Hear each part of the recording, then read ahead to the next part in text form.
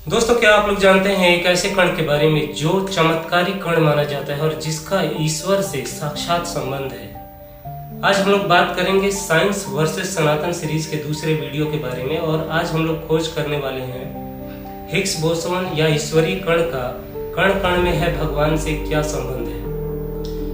Higgs boson की खोज 1964 में नोबेल पुरस्कार विजेता वैज्ञानिक पीटर हिग्स ने की थी। पीटर हिग्स ने एक ऐसे फील्ड की परिकल्पना प्रस्तुत की थी जिसमें कोई भी पार्टिकल अगर इंटरेक्ट करता था तो उसमें मास आ जाता था और जो पार्टिकल जितना इंटरेक्ट करता था उसमें उतना ही ज्यादा मास आ जाता था। फोटोन एक ऐसा कण था जिसमें मास नहीं आता था, वो मासलेस था और इन पार्टिकल्स को इंटरेक्शन के बीच में जो नया पार्टिकल पैदा होता था उसे हिग्स बोसोन का नाम दिया गया। इस रिसर्च को जानने के बाद उन्होंने इसको प्रयोग करने के बारे में सोचा, मगर उस टाइम इस तरह के सर्कमस्टांसेस अवेलेबल नहीं थी।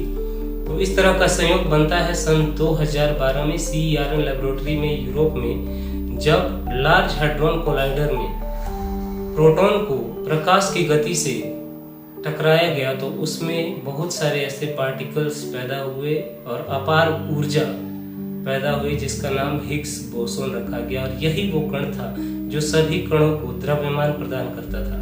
इसी वजह से उसका नाम चमत्कारी कण, ईश्वरीय कण या गॉड पार्टिकल के नाम से भी जाना जाता है।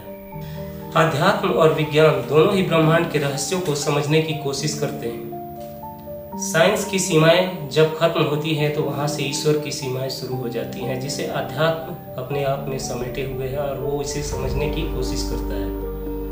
अब आइए देखते हैं कि कण कण में है भगवान की परिकल्पना और इस हिग्स बोसोन या गॉड पार्टिकल की परिकल्पना में क्या समानता है। काफी दिनों से मैं इसके बारे में रिसर्च कर रहा था कि हिग्स बोसोन और कण कण में है भगवान के बीच में क्या संबंध है। तो कुछ चीजें मुझे रिसर्च के दौरान पता चली, वो चीजें मैं आपसे शेयर करना चाहता हूँ। हिग्स बोसोन जिस तरह से पूरे ब्रह्मांड में व्याप्त है उसी तरह से ईश्वर भी संपूर्ण जगत में, संपूर्ण ब्रह्मांड में व्याप्त है। यहाँ तक कि कण कण में ईश्वर व्याप्त है। जिस तरह से आपने देखा होगा प्रहलाद की कहानी में उनकी रक्षा करने के लिए खंबे को फाड़ करके नरसिंह भगवान के अवतार में ईश्वर प्रकट हो गए थे। भगवत गीता के अध्याय 10 के श्लोक 20 में कहा गया है, अहम आत्मा गुड़ा के सर्वभूता से स्थित, अर्थात मैं परमात्मा सभी प्राणियों के हृदय में वास करता हूँ।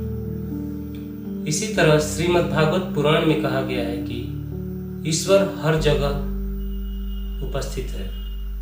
यजुर्वेद के ईशोपनिषद में कहा गया है कि ईश्वर हर जगह व्याप्त है। तो जिन सारी व्याख्याओं को हम सनातन धर्म में बहुत सदियों से जानते आ रहे हैं, उन्हीं सारी चीजों को साइंस जो है अब प्रूव कर रहा है। तो साइंस और सनातन में बहुत ही गहरा संबंध है और ये हमारी जो वीडियो है साइंस वर्सेस सनातन, उसकी सीरीज का दूसरा वीडियो है। इन्हीं सारी चीज़ों पे हम लोग रिसर्च कर रहे हैं। फिर आप लोगों को नेक्स्ट सनातन वर्सेस साइंस सीरीज में हम लोग मिलते हैं किसी और अच्छे टॉपिक के साथ। तब तक के लिए थैंक यू वेरी मच।